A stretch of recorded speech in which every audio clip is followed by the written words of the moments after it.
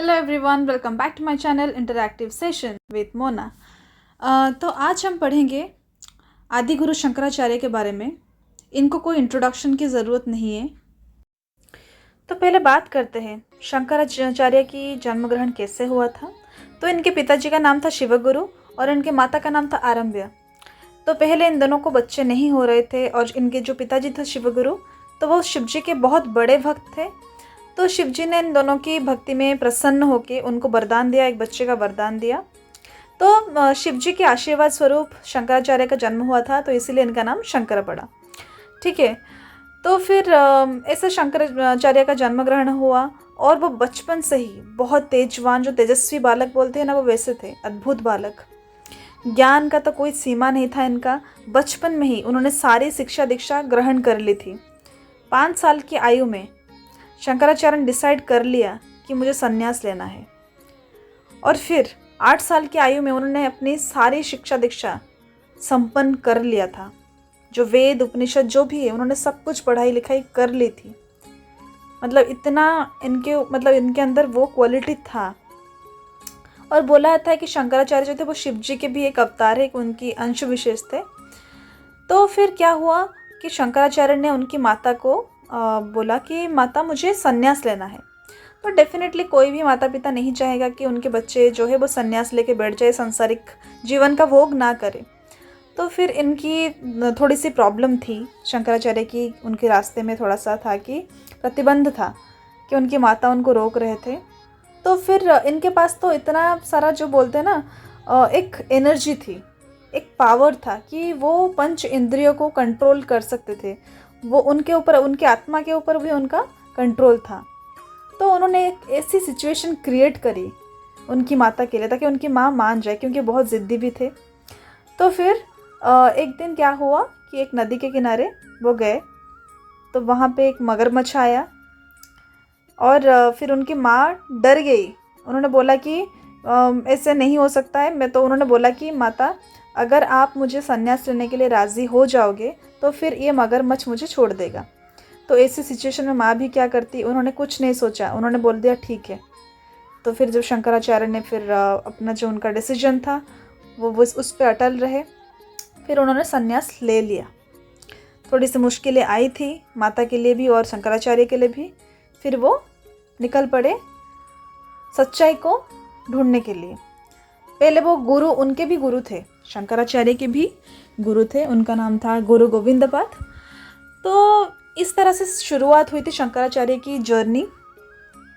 अब बात करते हैं कि शंकराचार्य जो थे वो इतने बड़े फिलोसोफर, एक ग्रेट थिंकर और ग्रेट टीचर, ग्रेट स्टूडेंट, आप सब कुछ बोल सकते हैं। और वो फाउंडिंग फादर है इंडियन फिलोसफी के। जो सनातन धर्म है, हिंदू फिलोसफी है, आजकल जो हम हिंदुइज्म में जो जी रहे हैं, ये सब कुछ इनसे ही शुरुआत हुई थी, शंकराचार्य से। तो अब बात करते हैं इनका नाम आदि गुरु क्यों पड़ा। तो नॉर्मली आदि गुरु का मतलब क्या होता है? The first spiritual master. ठीक है।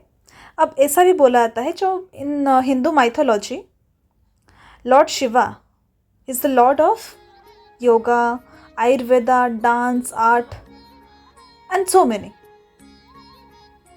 सो उनको भी आदि गुरु बोला जाता है।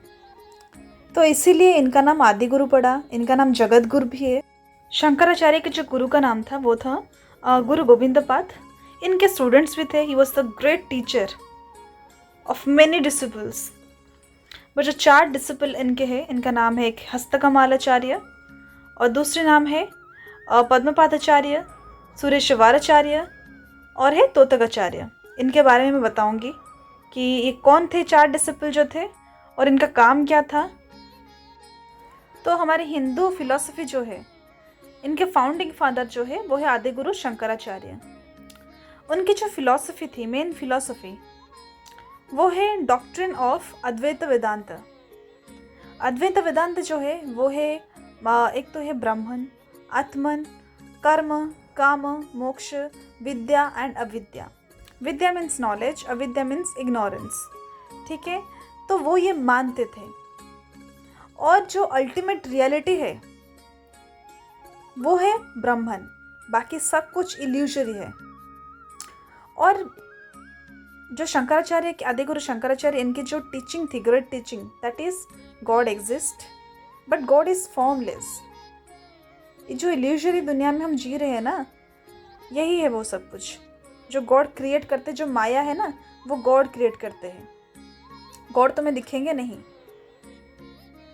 और उनकी जो फिलॉसफी थी अद्वैत वेदांत को लेके, इसके बारे में बात करूँगी मैं। तो उन्होंने बस इतना ही कहा था, आपको बस इतना याद रखना है कि आदिगुरु शंकराचार्य की मेन टीचिंग, मेन फिलॉसफी किसके ऊपर बेस्ड था?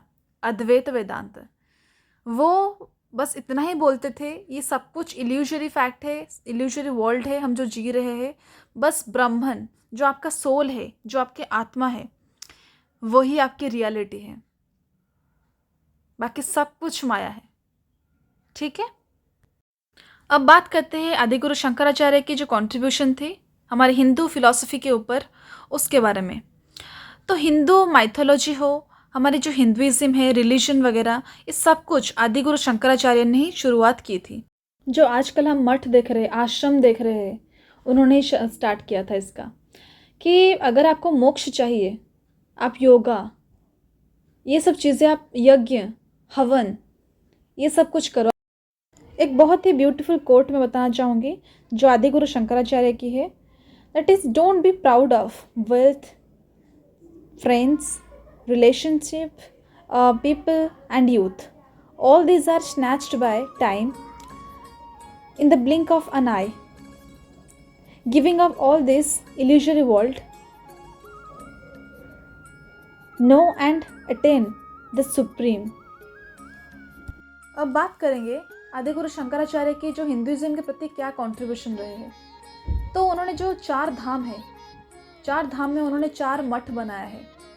पहला जो है पूरी जगन्नाथ, वहाँ पे उन्होंने बनाया ईस्ट में गोवर्धन मठ, और जो ईस्ट वेस्ट में जो द्वारकाधीश है वहाँ पे उन्होंने शारदा मठ बनाया, और जो नॉर्थ में जो बद्रीनाथ है वहाँ पे उन्होंने बनाया ज्योतिर्मठ, और जो इन्होंने रामेश्वर में जो बनाया है वो है श्रृंगेरी मठ साउथ में।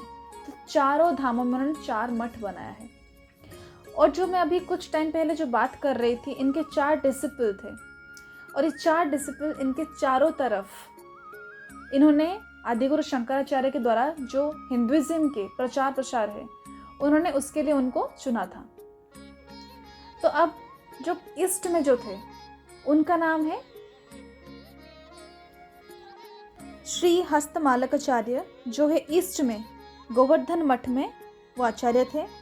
और जो पद्मपादाचार्य है वो थे वेस्ट में शारदा मठ जहाँ पे है। ठीक है, और तोतकाचार्य जो थे, श्री तोतकाचार्य, वो थे नॉर्थ में, और साउथ में जो थे वो थे श्री तुरेश्वराचार्य। तो अब मैं बताऊंगी आपको बाद में कि ये जो 4 डिसिपल्स जो थे इनका काम क्या था और ये कहाँ कहाँ पे थे। अब बात करते हैं शंकराचार्य की जो हिंदुइज्म के प्रति जो कंट्रीब्यूशन था, वो कंट्रीब्यूशन ये था जो मठस है, आश्रम, ठीक है, जहाँ पे हम जाते हैं थोड़ा सा शांति पाने के लिए, जहाँ पे बहुत अच्छा लगता है, एक जो एनवायरनमेंट मिलती है हमको, काम और पीस वाला जो एनवायरनमेंट है, वो इन्हीं की वजह से, इन्हीं की ही देन है। हिंदुइज्म में जो आश्रम होते हैं कहीं कहीं जगहों पे, या फिर जो मठस होते हैं, यज्ञ करना, हवन करना, योगा करना, ये एक बहुत इम्पॉर्टेंट चीज़ है। और अगर आप यज्ञ करते हो या आप योगा करते हो, यही है मोक्ष का मार्ग, और कुछ है नहीं। अब बात करते हैं इनके जो चारों धाम में इन्होंने मठ बनाया था अपना, तो वो मठ कौन सा था। पहले ईस्ट की बात करते हैं, जो पूरी जगन्नाथ में है, वो है कौन सा मठ है, वो है गोवर्धन मठ, ठीक है। और उनके जो आचार्य है वो है श्री हस्तमालकाचार्य। और जो वेस्ट में द्वारकाधीश टेम्पल जहाँ पे है, द्वारका धाम, वहाँ पे शारदा मठ है, वहाँ के जो आचार्य थे वो है पद्मपादाचार्य। और जो नॉर्थ में बद्रीनाथ धाम जो है, वहाँ पे जो आचार्य थे वो थे तोतकाचार्य। और जो साउथ में श्रृंगेरी मठ है, रामेश्वरम धाम जो है, वहाँ पे जो थे सुरेश्वराचार्य, श्री सुरेश्वराचार्य। ओके, तो ये इनके 4 डिसिपल्स थे। इनका 4 ये जो 4 आचार्य थे ये चारों जगहों पे थे।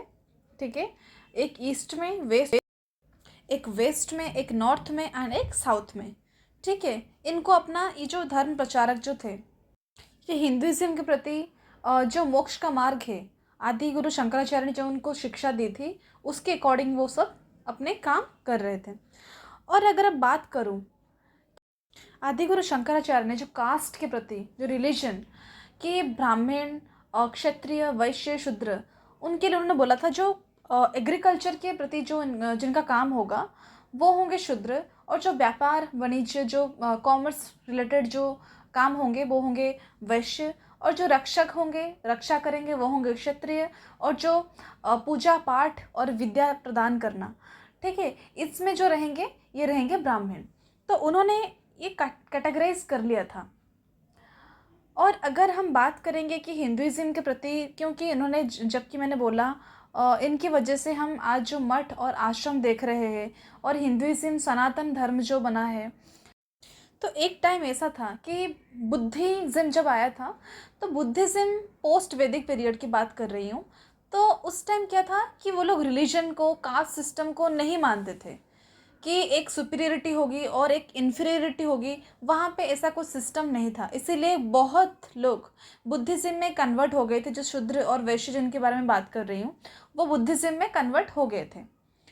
तो इस वजह से क्या हुआ, हिंदुइज्म जो था एक उभर के आ रहा था। ये प्री वैदिक पीरियड की बात है।